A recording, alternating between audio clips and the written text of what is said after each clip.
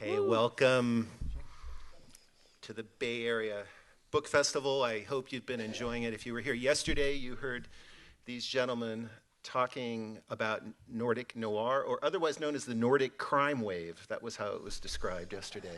Yes. Anyway, before we start, I just want to say a couple of things. There will be book signing out in the area just outside the entrance here afterwards. We will be taking questions, probably at about 2:15. And a reminder on that is this conversation may be podcast later. So if you do have a question, make sure you have the microphone in your hand before you ask the question, because we want to make sure to get it on tape. This is the art of investigation, journalists and crime writers united or talking to each other, or perhaps why most journalists dream of being crime writers at some point in their careers. I want to introduce our guests, and I'm going to try not to mispronounce your names. Erik Axl Pretty good. And Håkan Sundquist. Not that good. But, No. yeah. Help me. Håkan Sundquist. Håkan Sundquist. Yeah, that's made. Yeah. All right. And I want to ask you first, how many of you out there have read this book, The Crow Girl? Okay, so we have to. I've been talking to these gentlemen. Alert yeah, here. Spoiler alert. Okay. We are eventually going to talk about the book, and we're going to talk about parts of it. We're going to avoid talking about some of the major turns that happen later in the book for you that haven't read it. But I think one of the areas we're going to talk about is like some interesting things that happen early in the book. So I highly encourage you to read it. It's quite a book. It was 3 books originally in Swedish. Yeah. Yes. In Swedish, from the beginning it was three novels, and but when since we was very unknown, of course, and our publisher said to us that you can't publish 1,200 pages. That's a commercial suicide. So let's make it 3 of them, and yeah, we made 3 books. But when we was published here in the U.S., they decided to make them 1 again. That was what we originally intended. You originally thought that it would be a single book. Yeah, Yes. it's one story. So, Yeah. Well, let me just read you a few descriptions of the book, for those of you who haven't read it. Maybe you don't know much about it. Just some of the reviews. This is an international bestseller. It's been optioned, and it will be a Hollywood TV series. yeah. Okay. So the Wall Street Journal called it a breakout novel. The Washington Post, a mind-numbing encyclopedia of perversity. Jesus Christ. Another reviewer said the book is a commitment, a doorstop, and a nearly endless psychological puzzle box that creepily crawls from one dysfunctional arena to the next. It goes on. Thank you. Another reviewer does compare The Crow Girl to Stieg Larsson's Millennium trilogy, and there's some commonalities there in terms of characters, the police work, the police investigation. And just one other description, because I think the setting and some of the larger themes you develop, I want to get into those, because those are obviously things that have journalistic relevance. Another reviewer talks about the novel taking place in a Sweden shadowed by the assassination of Prime Minister Olof Palme and tensions in the Scandinavian dream of liberal democracy. And before we go further, let me just mention our sponsors. It's the Barbara Osher Pro Suecia Foundation, the Center for Investigative Reporting, and the Margaret and Will Hurst. And I am with the Center for Investigative Reporting. I'm a producer with our radio show and podcast called Reveal. We try to copy some of your techniques occasionally and trying to maintain suspense in some of our investigations. And I encourage you to check that out. So I want to start with, before we get into the novel, I was probably 200 pages into this book, 750-page book, before I read about your guys' bios. And I just assumed one of you was a reporter, maybe an ex-cop, someone who had been in that world. And it turns out that's not true at all. No. It turns out you guys, your background is largely in music, and if anyone was at the seminar or the panel yesterday, you were asked about your literary influences, and one of your answers was the Ramones. Yes. Yeah. So talk to me a little bit about your backgrounds. We're from the same small city, north of Stockholm. And in that small town, I mean, please help me. In a small town, if you're interested in art and music, suddenly the community is quite become friends. Yeah. So we knew each other, and then we moved to Stockholm, and I went to art school, and he I went to photography school. And in some way, we met each other, and we started talking about writing a novel in the future. Håkan had a band called I Love You Baby. Yeah, and we was touring in the Ukraine and Belarus and Russia. So we were world famous in Eastern Europe. Yeah. And since Jerker he has severe hearing problem, he has machine in his eyes. For example, I don't hear like birds. No, it was a good idea to have a half-deaf producer for our punk rock band. So a half-deaf producer for your punk rock band. But yeah, we started there, and on this long train, we was going by train in Ukraine and Russia, and we was talking example, about. If you go from like Krakow in Poland to Donetsk, it's like 24 hours. Then we talked about writing, and then we come back in 2009, I think it was like. Both of us. 7 years ago or something. Yeah, had this personal crisis. We both went through this divorce or something like that. Quite dirty divorces. Yeah. But yeah, and I started writing, and I said, okay, let's do this Stieg Larsson thing. But you've said before it started as therapy, not as exactly. You were giving each other therapy, or you were each other's therapist. Yeah. Yes, it was like the first 250 pages of the book. Was a patient. Was two persons sitting in a room. Håkan was the patient. I was the doctor. And then after a while it changed. Yeah, we talked without having a publisher, without having readers or something. I just wrote for him, and then he started writing for me. Yeah. And at what point did you start finishing each other's sentences? Sorry? Was that always the case because you grew up together? No, he's much younger. So, but I asked that because you have a very interesting writing process. Yeah. When you started out, who wrote in the green script and who wrote in the red script and who wrote in the blue script? It's like rumble fishes. Yeah. I'm the blue one and he's the red one. So you would write in the blue. Yes. You would write in the red. Yeah. And then what was the green? The green is when you don't agree with the text. So when you think this sucks or something like that. You just make it it's the green. most ugliest green color you can imagine. Yeah. You cannot even look at it. It's awful. So just to get it, so you would write 50 pages in blue, yes. Then you would write another 50 in red, and then when would the green come in? Yeah. And when we think it's okay, we hopefully make it it's not that much green, but sometimes it's green. Yeah. But it's an ongoing process. It's changed all the time. From the start, maybe we wrote about. Håkan took one character and I took one character, and then we change, or we write Håkan one chapter, me one chapter, and then change texts. Because it's interesting. I mean, we'll get into the book in a minute, but in reading this, and this came up in the panel yesterday, I don't have the sense that there's two writers, and you've talked about how, as you got working on this other character emerges.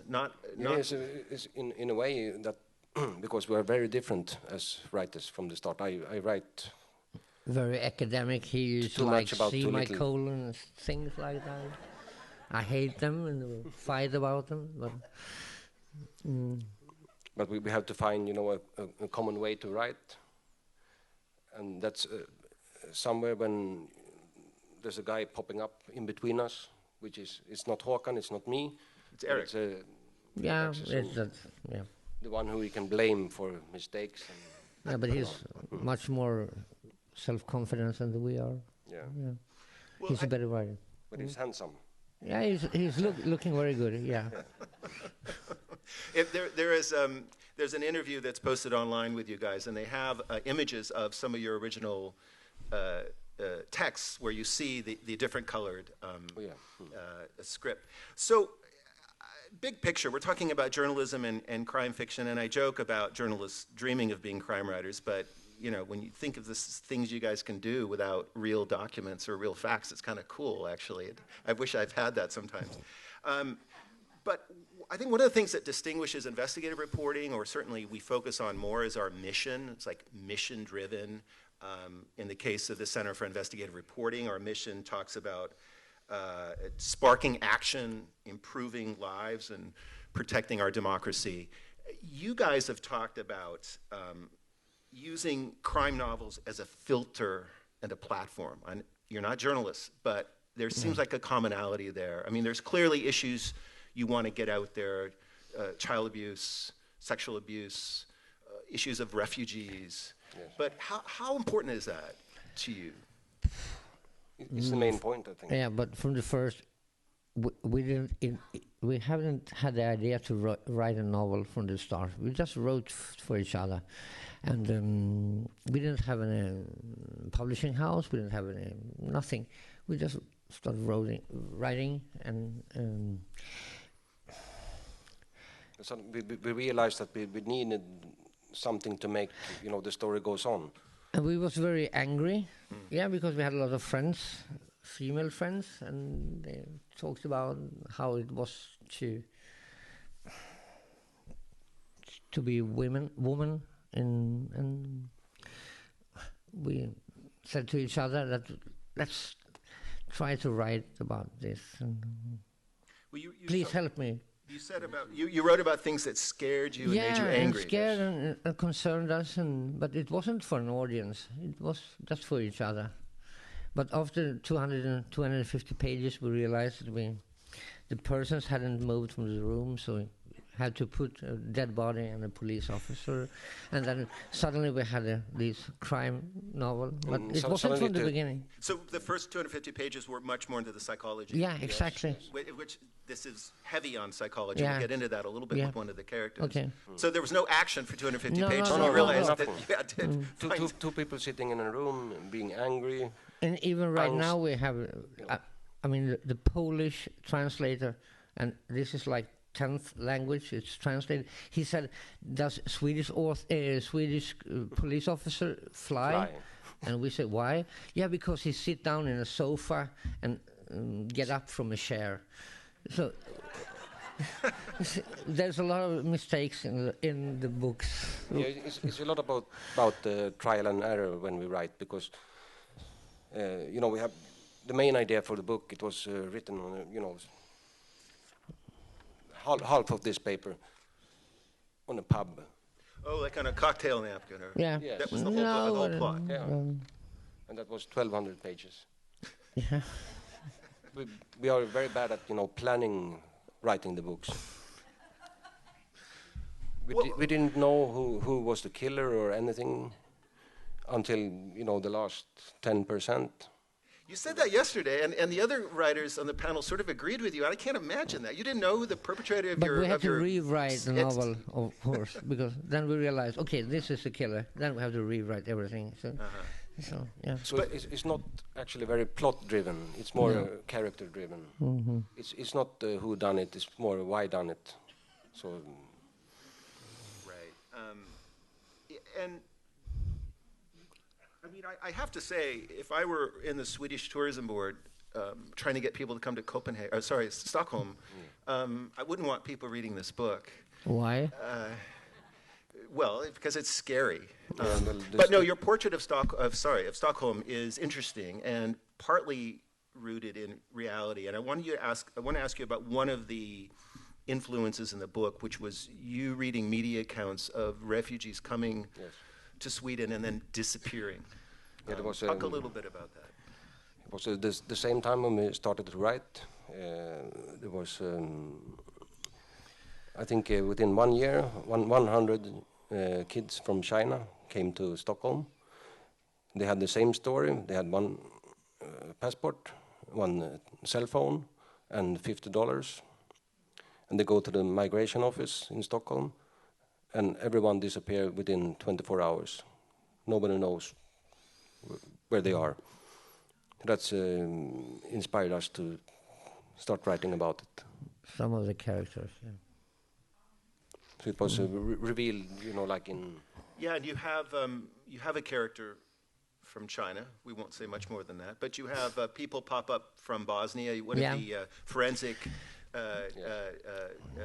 people with the police department is this guy from Bosnia. There's Sierra Leoneans, refugees and characters. You pull in a little bit about the child soldiers in Sierra Leone. I mean, a lot of it is very well informed. I mean, your depiction of Bosnia, it's brief but highly accurate. I actually found that interesting. The way you chose characters coming from these countries seemed very realistic. But since I think we said that earlier, but we just wrote for each other, and we did write about things that concerned us and that was interesting for us. And for example, this evil person you're talking about, the forensic thing person. But we just like to read a lot and to understand. We found the main problem of our book is about multiple personal disorder, and which occurs like in 99.5% is either sexually abused women or child soldiers. We found that so people a young guy, go ahead, sorry. 12-year-old guy from Sierra Leone has the same problem as a middle-aged woman in Sweden. And that triggered us to Jesus Christ. They have exactly the same experiences. Mm-hmm. And we have to make them meet each other in a book. Well, so let's talk about your book a little bit. You have three main characters, let's say. Yeah. Three women who get to meet early on in the book. There's, well, why don't you introduce them so you'll get the name pronunciation right? Yeah, it's Sophia, which is a psychologist, and Victoria, which the patient, is and the patient. Janet, who is a police officer. Yeah. So, right, Jeanette Kielberg, who's the detective superintendent, Stockholm cop. Super Nintendo, Super Ninja, soccer player. Her marriage is falling apart. Yes. Yeah. Marriage to an artist. Yeah, and she pays at when she goes to the tunnelbana. To the metro. She pays when she goes to the metro, and that's you don't. Wait, she does what? In Sweden, you don't. As if you are a police officer, you don't have to pay when you go to the. But she pays. That's one of the wrong things that we made. We made a lot of wrong things about police. Oh, I mean, you had her paying. I don't remember that. You had her paying. Yeah, she goes to the metro, and yeah. cops wouldn't normally pay. And we had a lot of mails from people said, if you're a police officer, you don't pay. Well, we would have to issue a correction, and I didn't see a thank correction in your book. So you have these three characters, and this is a bit of a spoiler, but it happens early in the novel, so I'm going to go ahead with it. So Victoria Bergman is this woman who had been abused as a kid. Yes. And she is the patient of Sophia Zetterlund. Yes. Yeah. And there's a major turn in the novel early on, and I want to get at this because in my line, in your line, you always try to figure out when to introduce certain facts and how long to hold back on something. And this is something you get to very quickly in the novel because it's really important. But we learn at about, page 90? There's some hints, but at page 90 that Victoria Bergman, the patient, and Sophia Zetterlund, her therapist, are the same person. Spoiler. No, I'm sorry, I have to do that because we can't discuss the book without getting to that point. And it happens early on in the novel. The Swedish version is like 190 pages or something like that. So, and a lot of the book is driven around that friction, right? Yeah. And the relationship with the police officer. But I want to ask you, did you think about introducing that idea later, or it was always you had to get that in early? It was the main idea from the beginning, that she was talking to herself. Yeah. We still wanted to, because the main part of the book is about the tension. You know, the reader knows who is who, but Jeanette in the book, she doesn't know. So we thought it was a... There's exciting yeah, situation. and it sets up a thing where there's a lot, you don't know whether, the character who you're hearing from is reliable or not. I guess Exactly. maybe to some degree you do with the Okay. police officer. Were there other, let's see, can I answer this question without getting, upsetting anyone else about spoilers, but any other things that you introduced early or your decision making in terms of what to introduce at what times? I mean, there's a lot of things you introduced towards the end, which are major parts of the resolution. So was it clear to you that the book was going to be about these relationships between these women?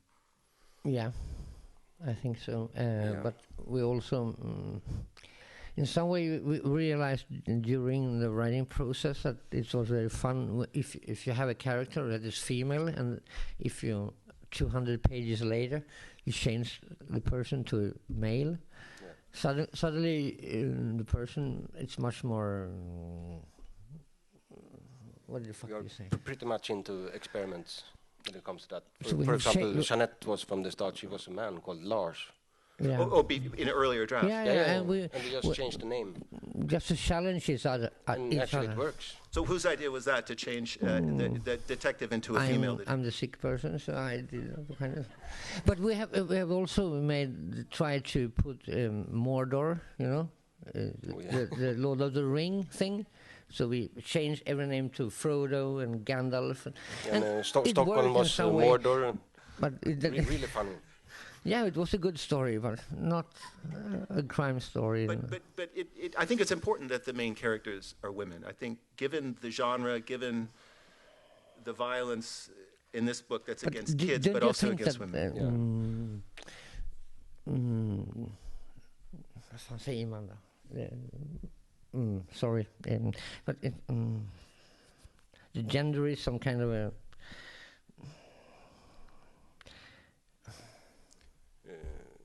I think what you want to say is that gender is sort of relative.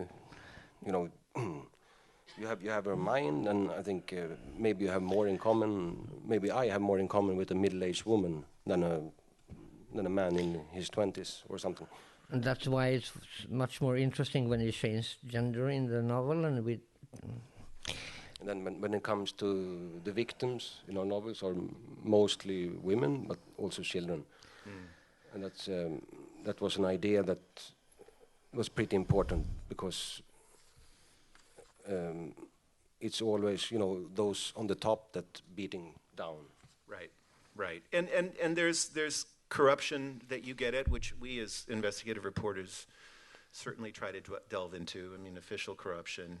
I want to get back to the violence, and I want to read you what your New York Times reviewer said, who was a little bit put off by the violence, to put it mildly. The reviewer wrote, "I'm a calloused reader. There's not much that bothers me, but I felt exhaustedly repulsed by the Crow Girl." Goes on to some other things that are more positive, but kind of felt like right now he wanted a little bit more hope, and what he also talks about is the degree of detail you get into in terms of some of the things that happen to these kids. Did you think about that? Do you have conversations with your publisher about how much was any of this too much? What was your thinking? Because it is very graphic and it does concern children. And what is very interesting is that what we leave out in the novel is the real stuff. Because if you read like 900 articles about Sierra Leone in Times Magazine or Newsweek, you will be... You have the details. We leave the details out. Yeah. So all the time, reality overcomes fiction. And we had some problems with our our first publisher. He said, we can't print this, and we said, but this is true stories. This is a true story, yeah, exactly, and this is what happened last month or something. Yeah, but we can't publish it; it's too violent. They won't believe you. They think you've made it up. Was it because it involved children? Was that one of the issues? Violence. Yeah. You know, Sierra Leone. We talked about it yesterday. Right. Yeah, when they introduce, let's say, an 8-year-old boy to being a child soldier, they put a machine gun in his hand and force him to rape his sisters and kill his parents. That's the introduction. And then you can imagine what happened after. And unfortunately, that's true. And Yeah, it's those true. are the kinds of things that happen. And then you have the problem that we are trying to do something that is entertaining, and using that kind of background stuff, it's hard. And that's we write a crime novel about, you know, we want to sell books. Jesus Christ, it's a bad taste in some way. Was there much criticism in Sweden over the level of violence, or is that? yeah, There was. yeah, but more in Denmark, I think. Yeah. I don't know why, but they didn't like our novels. But Well, I mean, I think it's important. I mean, I've certainly faced that in some of the stories I've done. We did a series last year on Jane and John Doe cases around the U.S. and why some go unresolved, and what are the structural problems, the lack of a national database where all police departments are required to share information, DNA information. And we followed a story, just briefly, of a woman who, a Jane Doe, a woman whose body was found, she had been raped and murdered in Minnesota about 25 years ago. okay. And we picked up the storyline of a woman who lived in this town, it's Blue Earth, Minnesota, and she had heard about this young woman. This woman was buried at the local cemetery without a name. And she just started trying to dig up information on it, learning that the sheriffs had mishandled the case. And completely separate from her was a woman in Texas who was trying to find her missing sister. And the narrative, and this is nonfiction, this is a radio story we're doing, eventually the two women's lives come together. And that is the sister of this girl who went missing and this woman, citizen sleuth, who's trying to figure out who this woman is. And eventually, through the work of this local woman, this Jane Doe is identified, and it turns out that she's the sister of this woman in Texas. So when we're doing that story, we kind of had to hint at the beginning that these two women's lives are going to come together. Yeah. And we were trying to think, what could we hold back without manipulating the listener?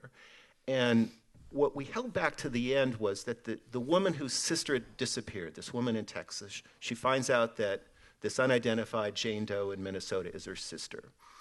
Great. Case solved, but it's only then that she learns what happened to her sister. And it was only when she went to Minnesota and talked to the police and actually went to where her sister, as it turned out, her sister had been picked up by a state trooper who, raped and murdered her. And those details, we talked about whether or not to include some of those in the radio broadcast.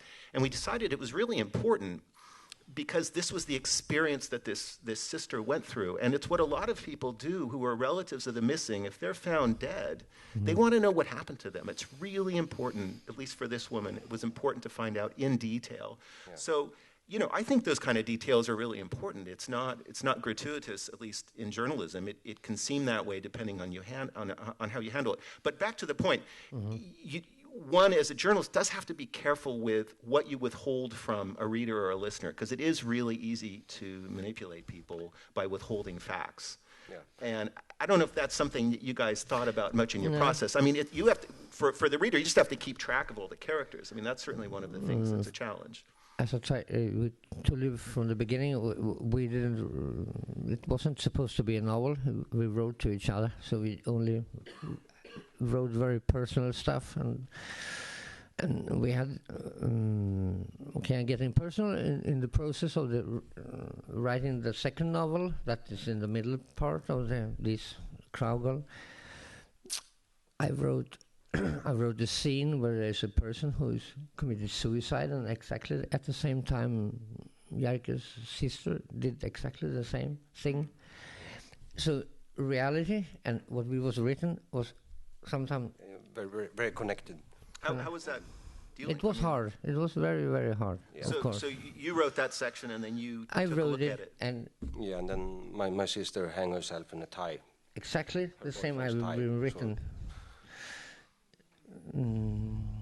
So we tried to get it out from the novel, but they have already printed it in Germany. So, yeah. It was too late. Oh, you wanted to take it out of the novel? Yeah, of course, because it went too personal. But I don't really know what I'm saying that. But you're talking about investigation. I don't know.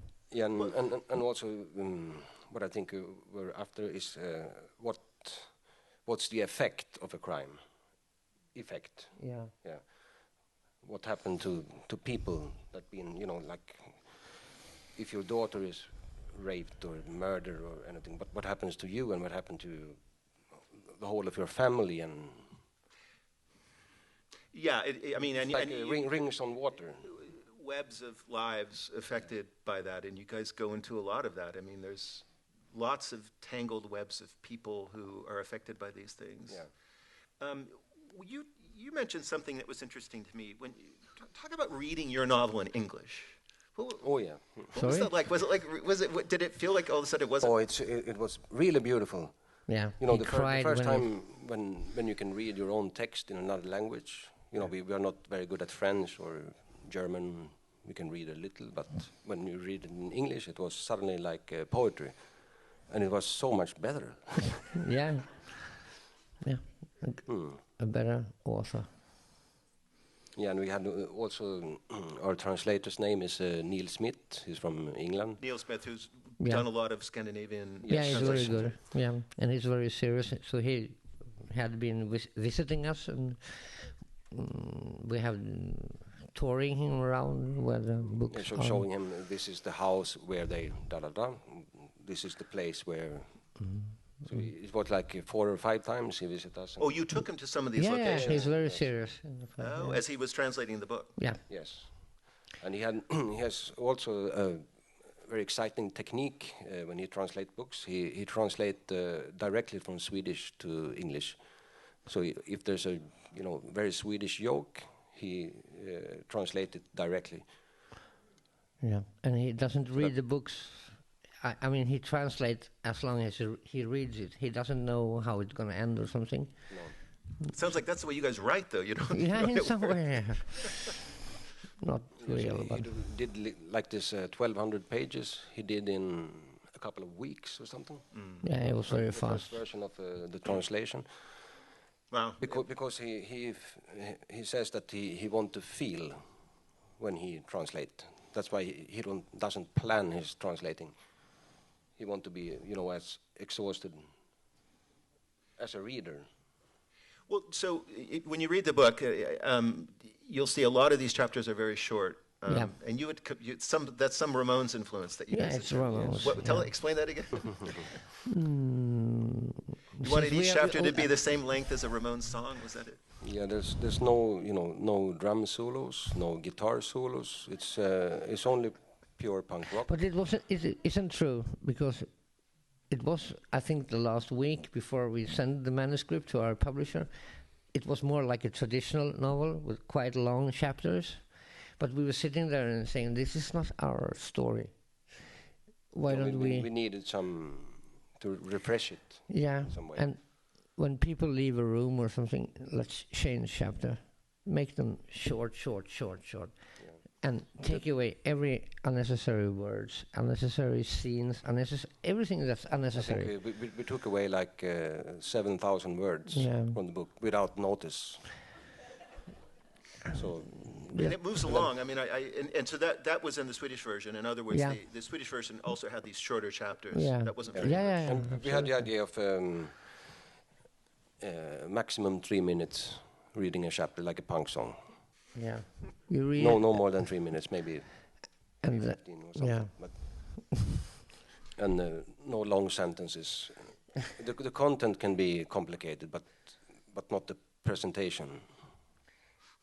And then we usually, I read every text loud for him. He's sitting with his eyes shut, and he said, okay, that works. Okay, then you need a dot there, and then we change, but everything should work. Both loud read and quiet don't read. Need to go back to understand what's happening. It's going to be a flow in the text. So we had the idea of if you have to read a sentence twice, then there's a problem. Yeah. So we talk a lot in our mission, at the Center for Investigative Reporting about impact, what people take away from it. I think, you have a different idea of that, but do you feel that these novels being published in Sweden have gotten people to think about or talk about situation of refugees or this kind of violence? I mean, I know that's not necessarily your aim, but or maybe differently, what kind of a conversation has your novel helped spark? Tricky question. Yeah. I think a lot of Scandinavian literature is about social concerns. We use the crime genre as, you know, a To tell a filter or story something, to that tell we, about something else.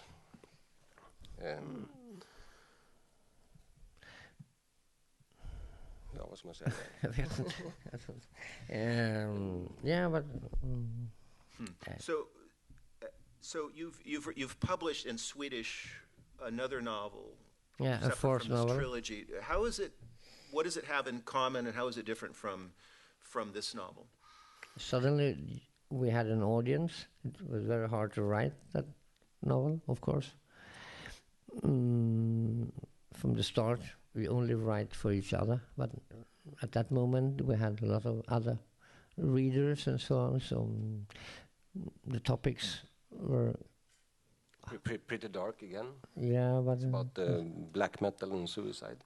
Like heavy metal and suicide? Yes. no, not heavy metal, black metal. Black, All right. yeah. But it's in the same universe, in the same world as our first 3 books. It takes place like 2 years after, and a side character in this novel is the main character in the 4th book. Yeah, and right now we are writing the 5th one, and we are trying to finish it in 2 weeks or something. But Oh, really? You're sitting in the middle of your 5th novel? yeah, we have already thrown away like 700 pages. It was a novel that our agent said this doesn't work, because we had the main character was a person with a memory that lasts for like 10 seconds, and it was a problem. But it was fun to write about it. But yeah, it was a good novel, but Yeah, but we it's save like, it you know, for training. It's a lot of trial and error all the time. Well, that makes I sense. think next book we try again with him. 10-second memory. Yeah. So a point came up yesterday in this Nordic noir panel about whether the genre has gotten a little stale, a little bit predictable. And you know, you wrote your first novel in this series in 2010, or published it in 2010. Started writing it in 2009 or 2008.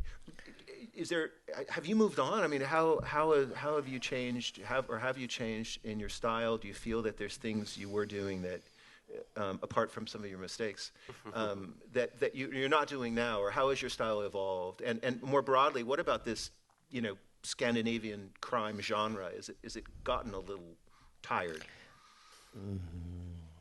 Of course, there is a lot of author in the same area. I mean, they are thinking in the same. Vad ska jag förklara här? Jag fick säga det. But I think we're quite different. We don't have something to do with the other authors that you. But yeah. How though? How would you say your guys' work is different?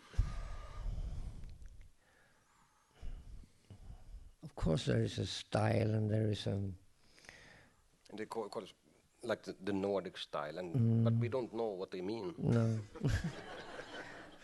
So Well, I well. think So for example, your characters. I mean, a police detective. yeah. But they are friends. Are you tired of writing about having police detectives as your main characters? Yes, we are actually pretty tired of writing about, because we are afraid of police. Yeah. So the chapters that takes place, you know, like in the police headquarters and so on, there's less of them now.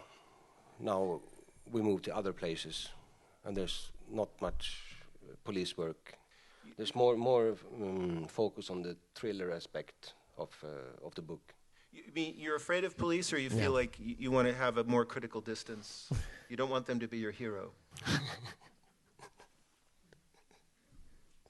Up to you. Well, we had some trouble with the police earlier in our life. Oh, I must investigate now. No. Håkan has been in jail, and I've been a librarian in jail. You were a jail librarian. Yes, and Håkan was a prisoner. Yeah. But that was 25 years ago, so 20 years ago. So we have a relationship. I can see that. Why do you say that? Do inmates, do you know if your book is popular behind bars? No. No, I don't think. Yeah, we have this serial killer. I don't think you have heard about him, but he's very famous in Sweden. He had committed like 10 murders or something, and he was sentenced to Thomas Quick lifetime. And then they realized that he was lying all the time. But he had on his some website, he has his best novels ever. He had our novel. So he has his own website. Yeah, of course he has his famous... So our number one fan is a fake serial killer. Yeah. Shit happens. So now your book is going to be a TV series produced in Hollywood? Well, Yes. we hope so. And It's bought from it's a company called Tomorrow Studios. It's two producers. One guy is Marty Adlerstein. He made Prison Break, and he's the action guy. And the drama guy is Michael London. He made Milk with Sean Penn. Sideways. Yes. Huh? Yeah, So they bought the rights. Yeah. But I we think don't know. there's a good mix of. And is it something at some point you're going to just have to kind of hand it off to them? I mean, I know that writers, when films or TV series are made out of their work, there's a point where they kind of need to let go of the creative For process. us, it was we had deep interviews, and we met Martin in Stockholm one year ago, and asking for what directors do you like, what actors do you like, how do you want the series to be? Do you want it to be placed in Sweden, or you want it to be placed in the U.S.? And what's your answer to that, actually? In the U.S., because it's at least for Swedish people, it's very strange if American actors pretend to be Swedish. They cannot even pronounce their own names. Well, they're hard. That's difficult. Yeah. So it's better to be set like in Boston or Boston. Yeah. The most European city of the U.S. maybe. Yeah, and a history with lots of interesting things. So, is there a time frame for this? I mean, you're just in discussions now. It was in the beginning. Everything should happen quite fast, but we had a meeting with them like some months ago, and they told us that since the last election here in the U.S., their interest for dark stories isn't that Without big. mentioning any name. You want to have like fantasy stories, yeah.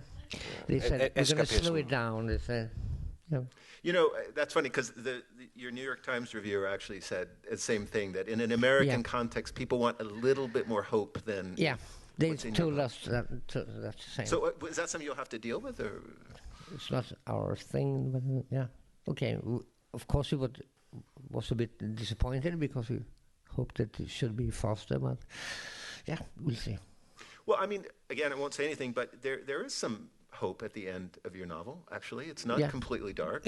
I was happy with that. I wasn't sure how it was going to end, so, Then we're regular guys. We like beer and football. We are not complicated. We like to laugh. I think there's a positive background in the book in some way. Right. You will not get depressed when you read it. I don't think so. Hopefully angry. But I didn't get depressed. I think that's right. Angry. Speaking of which, friends and family, how did they feel reading the book? Now it's personal.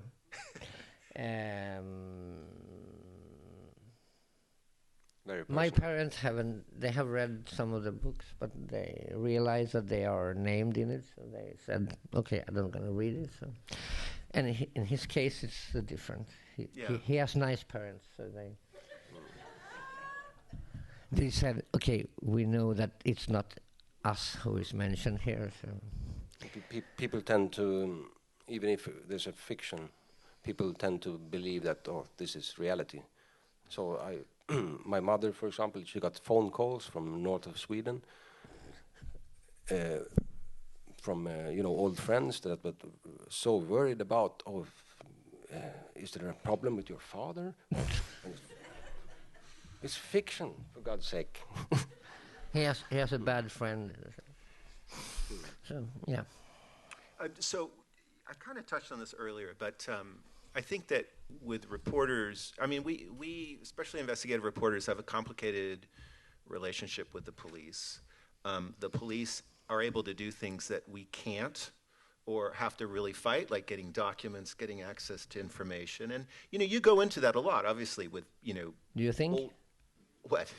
Do you think that we do that? Well, no, you go into like police reports, and you don't go into the reporter side of it, but sort of the raw material of what police do in these investigations, the videotapes that you write about.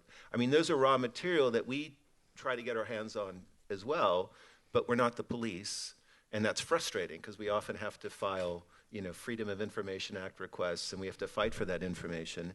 And then, there is obviously the urge to, not the urge, but, holding people accountable for whatever misdeeds or crimes, and we can't put them in prison physically. The police can do that. But I also think that as I've talked to police and sort of like war crimes investigators, they sometimes think that journalists have this freedom that they don't have, and that we don't have constraints, sort of bureaucratic constraints that the police have. And I think both of us, police and journalists, look to you guys as like, oh, you don't have any constraints. You can just sort of do whatever you want. How do you look at journalists? I mean, is there anything that you see in journalism that inspires you, or? A bit jealous, because jealous. You journalist has, working with texts professionally, and we haven't. We are self-taught. We haven't go to any writing schools or anything. And you have the keys, I think, to a lot of how to know things about that or know things about that. You mean about like uncovering information? Yes, exactly. But we had the opportunity to work with a retired police officer. She's a woman. She's working with the interrogation of children. She helped us a lot. As you were writing the novel? Yeah. Yes. Oh, talk about that a little bit more. I didn't realize that. Well, we are a bit afraid of the police, but when they all retired, that's okay. Yeah, but She's a friend of your mother-in-law. yeah. Yeah. But I thought that you must have interacted with someone, because you do. Not at all. But our first publisher, he was a journalist from the start, and he had written a lot about domestic crimes things in Sweden. He was very famous in that way, but so he knew a lot about that kind of things. And he said to us, I'm very happy to find you because you are not journalists, because a lot of crime writers in Sweden have the background as journalists, and we don't have that background. So, he said, I'm glad because you have another touch in your writing, in your point of view, and so on. Might be, a fresh take of crime literature when you don't know how to do. In a way. But if let's say a journalist would have attempted to write something like this, how would it have been different, do you think? They're going to be a bad Nazi in that one, I think. A bad Nazi, there's going to be a Nazi character in there, right? Yeah. Or a neo-Nazi or something. Something like that. Yeah. But you do weave in. We had, but our publisher said take him out because I'm not. If you want to use a Nazi in the book, please use a nice Nazi. That's nice Nazi. That's more interesting. Yes. Yeah, so we had to... Because it was too predictable that there would be a Nazi popping up. Of course, he was totally right. Yeah, Niklas Erlandsson. He's not in the novel. You did, okay, don't talk in detail, but there is some references to the Holocaust Yes. in the novel. And that to me kind of came out of the blue. I mean, it's important in your plot. It's important for reasons we won't go into right now. But was that something that came in late, or you were determined to find a way to get that in there? No, I think it was from the beginning. We had been... We had a background story for one of the characters. Yeah. That was pretty important. And by that time, as we spoke about earlier, we have been a lot to Ukraine. And Belarus. And that's when Baba Yar comes up. Yeah. Yes. Yeah. Right.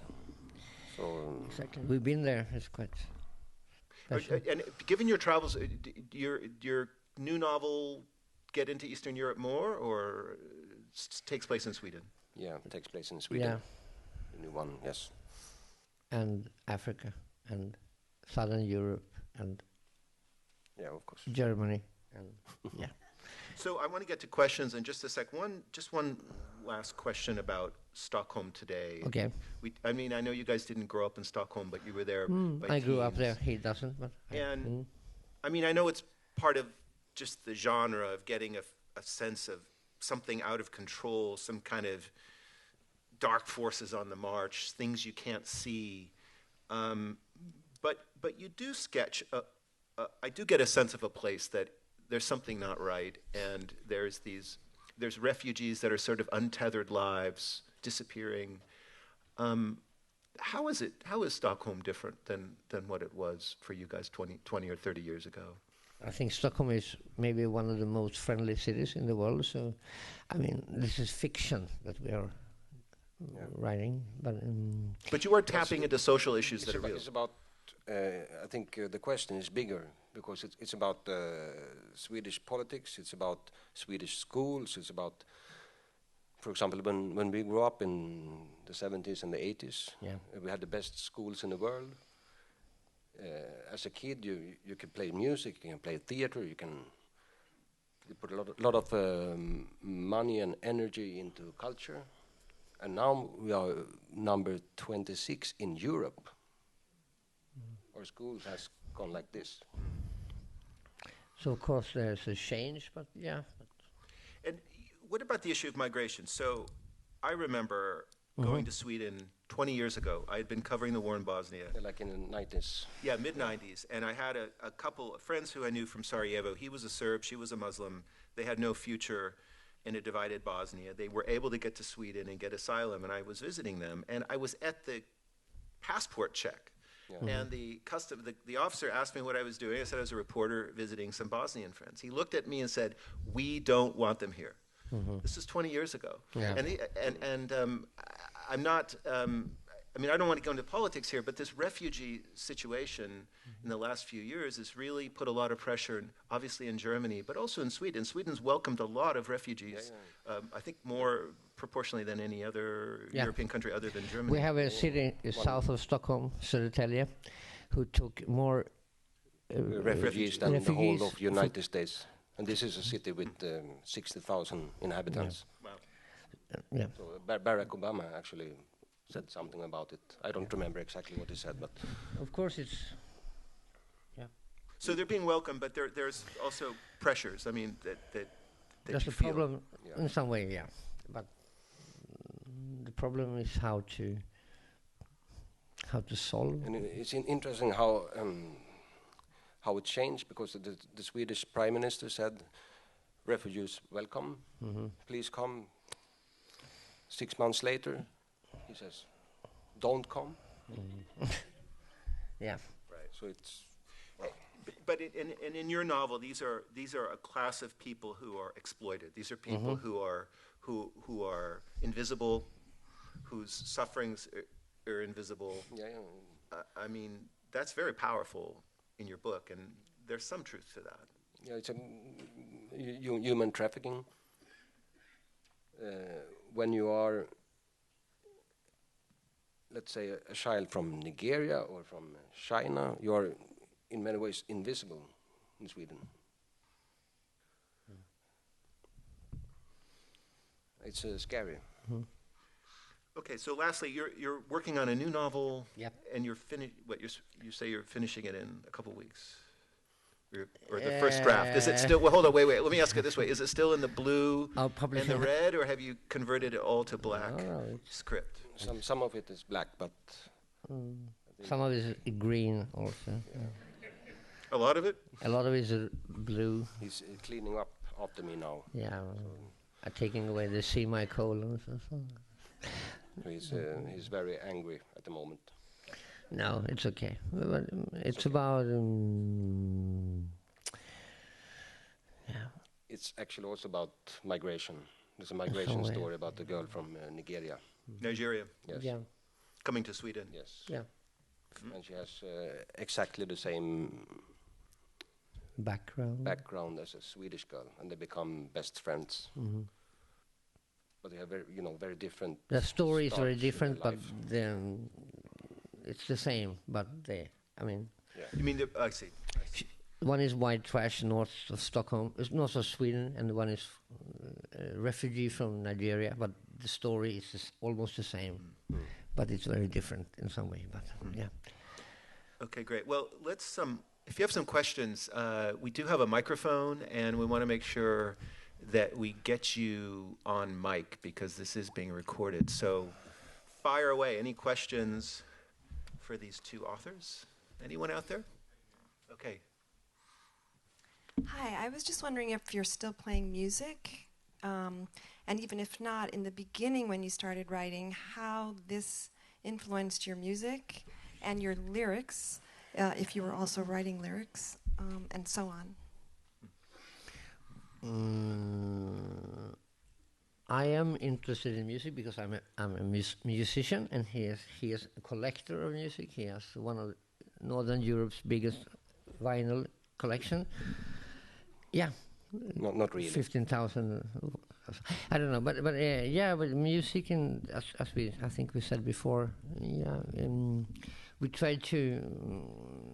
I mean, sometimes I am the bass player and he is the lead vocalist. He's writing the most important stuff in the chapter, and I just play the people who are write about. They piano in the background.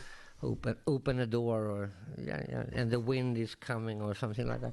And the next chapter, I want to be the lead singer, and I have these smart thoughts, and he write about curtains that flows in the wind, or something. But as you said, it's a lot like the same, playing in a band and writing together. Yeah, it's about collaboration, and it's about compromises and trust. I mean, if I say to him that this chapter stinks, he must trust me. Yeah. I don't say it because I want to hurt him. I say it as a friend. Yeah. And the same is on the opposite. So. And then also when it comes to like poetry or singing, when it comes to the written word is a fiction book, but still the words have to sing, if you understand. Mm-hmm. There's music in the written word. Yeah. Any other questions? I have a question. Why do you think there's so much good author coming from Sweden? Why are there so many good authors coming from Scandinavia? I mean, we are quite not that much people there, but. Sorry. Could be, yeah, it could be. Hold on a sec. We want to get those mics out there. Yeah. Maybe it's because we put a lot of money into school system. I think besides these reasons, I think because you have very long winters. I think before the invention of television and then about the darkness and yes. People had to stay inside, and when there wasn't many other options of entertainment, you tend to read a lot. Could be some truth. Yeah. So I think that also explains why kids read less, because they had other options. Could be. This question did come up yesterday on the Scandinavian noir panel, and I don't know if you made that point, but I think another writer did talk about the amount of writing that kids do at a young age in Sweden, which must be true in some other countries. But more specifically, though, the crime genre, I mean, there is something going on. I mean, I guess they called it the Scandinavian crime wave yesterday, but there is something. It started in the 60s with a writing couple called Sjöwall Wahlöö. They made 10 novels. About Police Inspector Beck. Yes. And it's very important for, I think, every single writer in at least in Sweden,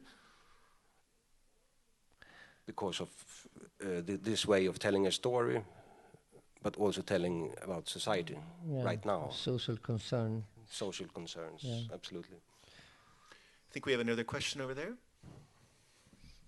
I came in kind of late. You may have already answered this, but who were your influences in American novels? Say, was Raymond Chandler an influence? He likes Raymond Chandler. I like Kurt Vonnegut, and we both like. We're not so much into crime, I think. It's like old stuff, like Dashiell Hammett and The Big Sleep, Raymond Chandler, that sort of. But that's old stuff. We don't read much crime literature. What other writers, though? Stephen King, of course. Stephen King, yeah, absolutely. Did you any writers who you really specifically looked at plot or character development who you feel like? Yeah, but they are Swedish, and you have never heard of them. Sorry to say, but you have these. Harry Martinsson. Mm-hmm. You know him? Yeah, sure. That's a big. We have another favorite question. Holding. Thank you. Scandinavia has so few murders proportionately compared to the U.S. Yeah. We have many, many murders, and we have serial killers who are actually real. Not fake ones. Right. So I'm just curious if both of you read a lot of true crime in the U.S. because you have so few murders there to read about that. Maybe you were reading about ours. To be honest, we read a lot about the Russian serial killer. This Chikatilo, for example. He's mentioned in the novel, as is the American from Wisconsin. He's Russian. No, he's from Rostov. No, but there's another serial killer, a U.S. and American. Yeah. No. I have no idea. You forgot. Okay. But it's 7 years ago. So. But the point is, in the novel itself, you do mention other serial killers and their techniques. I think it's partly as they're trying to understand the motivations for what's going on in the book. Exactly. So nearly all of the material in the books are based on real cases, actually. But there's also some kind of a contract with the reader. I mean, as you said, in Sweden we don't have that many serial killers, so you have to buy the story from the beginning in some way. But and yet, I mean, maybe it's not surprising. Maybe it is the long winters. But I mean, these are really popular books in a country that doesn't have a lot of violence, at least a lot of murders. It's interesting. Yesterday we had a panel discussion with 2 Norwegian authors and 1 from Denmark. They were talking about Iceland. They have like 1 murder a year. But and you cannot have a serial killer in Iceland because. But you can write about people disappearing because a lot of people disappears, because of the weather in Iceland. You go out on the sea and disappear, of course. And then what happened to the disappearing people? And that was a bit like we tried to do with our books too, but because it's about disappearing children. Any other questions? Oh, up there.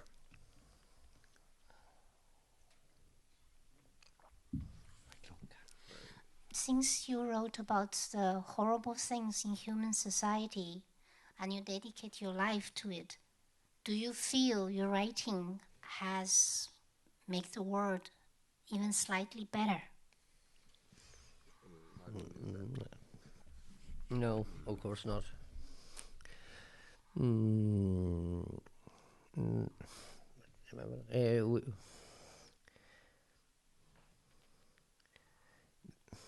in some way, I think we read newspaper and we used reality as our background for writing, and I don't think we can change it. But then, it's a topic that comes back all the time. Is violence against women? Is violence against children? Yeah. And that even if Sweden is, the best country in the world, maybe when it comes to murder rates, it's still the same problem. To what degree to what degree is your audience in Sweden really different from, say, your audience here? Because I wonder about that. I mean, in other words, if you were writing, if you had written this book for an English audience, not going to be published in Sweden, okay, would you have written it differently, or would you have? That was maybe the trickiest question we ever had. Maybe it's a strange question, but I'm trying to get at, like, for a Swedish audience versus an audience that is not going to pick up on some of these things, even when it's translated into English. When you talk about a platform for some of these issues, I mean, obviously, pedophilia, human trafficking is a global problem, but the way it manifests itself in Sweden is something very specific. You're not reporters, but I do think about your different audiences. Yeah. We wrote that about things that concerned us, and I mean, for example, in Portugal, they're not talking so much about this serial killer. They're talking about this lesbian relationship between two women. That's the most shocking thing in the novel. Yeah. And in Sweden, it's not. Nobody bothers. But so, is that right? Yes. Yeah. Yes. And if you get a review in Lisbon newspaper, they write about the lesbian relationship. They don't care about serial killers killing people. No. But they're lesbian. The lesbians are so. Jesus Christ. Do we have any more questions? One more. Yes, please. Hold on just a sec for the microphone.